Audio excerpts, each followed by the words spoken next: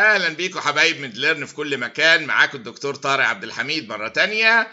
هنكلمكم دلوقتي عن الكيس الاخرانيه اللي خدناها والاناليسيس بتاعها، ونشوف الدايجنوزس كان ايه والبيست تريتمنت ليها كان هيبقى ايه. ولكن قبل ما ابدا سريعا الكيس احب اناونس ان احنا النهارده عندنا الميدلر.academy فيها جميع المحاضرات اللي هي اللي محطوطه برايفت في اليوتيوب موجوده عندنا جوه، وفيها منهج كامل للبطنه ومراجعه سريعه للبطنه والاي سي جي والاكس راي والنيورولوجي والسايكاتري. الهيلمان كله موجود جوه عندنا، بس كليك اللينك اللي تحت دي وادخلوا شوفوا التنوعات. هنتكلم عنها دي بعدين، ولكن خلينا في موضوعنا الكبير المهم اللي هو الشاب ده اللي عنده 24 سنه وكان هيلثي. ومهم قوي الكلمه دي، اقول لكم ليه دلوقتي. جاله upper respiratory tract infection، وبعد 10 ايام he developed chest pain and then congestive heart failure. وكان السؤال الاولاني جبنا الاكس راي بتاعته، ادي الكونجيشن جامد قوي واضح ده اهوت. وكان السؤال الاولاني له اللي هو what condition does he probably have. هنا اهوت واحد ممكن يقول لي والله يا دكتور طارق ده احتمال كبير ده الابر ريسبيراتوري تراكت انفكشن كان بريسيبيتيتنج فاكتور لهارت فيلير في واحد عنده بروبلم في القلب، جاله انفكشن زود الميتابوليك نيدز والفيفر والتاكيكارديا، كل دي بتبقى اكسترا لود. ومعروف one of the precipitating factors الهارت فيلير عندنا ادخلوها في نظر البطنه هتلاقوها هي الانفكشنز والفيفر وكده، ده جميل جدا.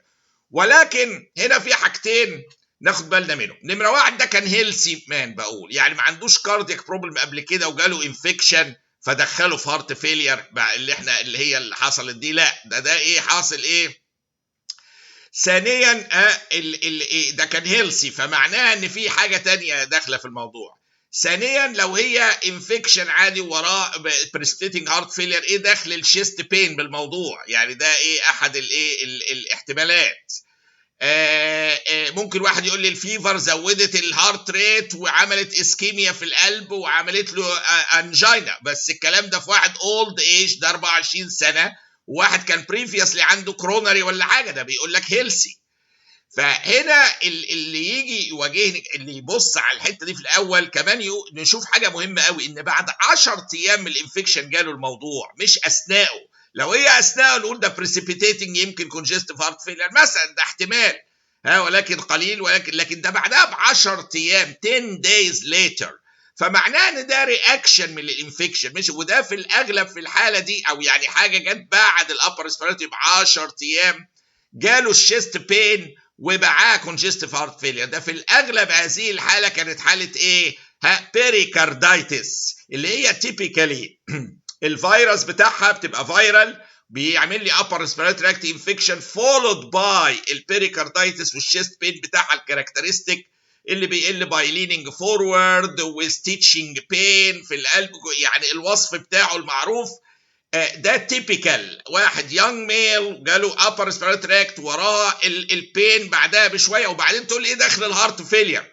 كتير قوي من الحالات بتلمس على المايوكارديوم ويحصل له مايوكاردايتس، يقوم يدخل في هارت فيلير من المايوكاردايتس، تبقى بيري مايوكاردايتس. فهنا الحاله دي تيبيكال حاله كانت بيريكاردايت upper respiratory tract infection followed by pericarditis viral وملمسه على المايوكارديوم عامله له congestive heart failure.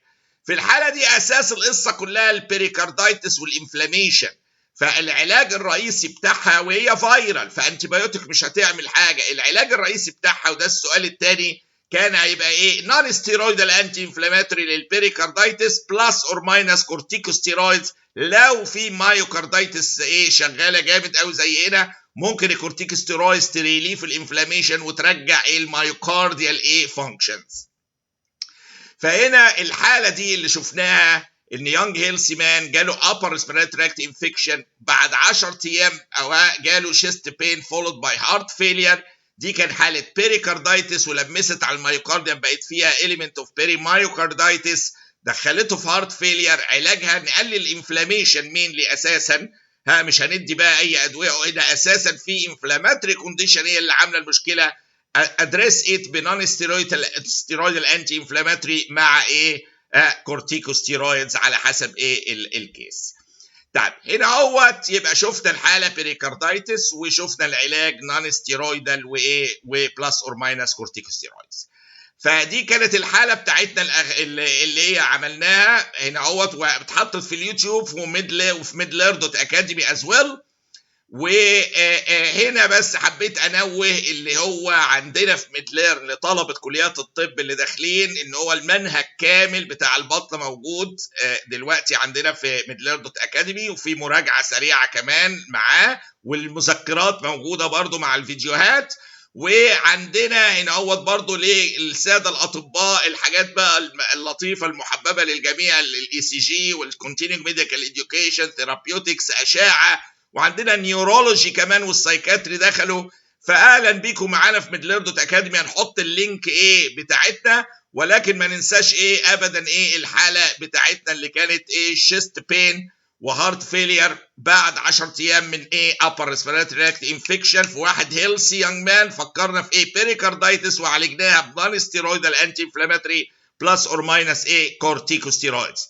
يلا اضغطوا على اللينك اللي تحت وادخلوا ايه شوفوا مور عندنا في midler.academy. اهلا بيكم دائما. شكرا.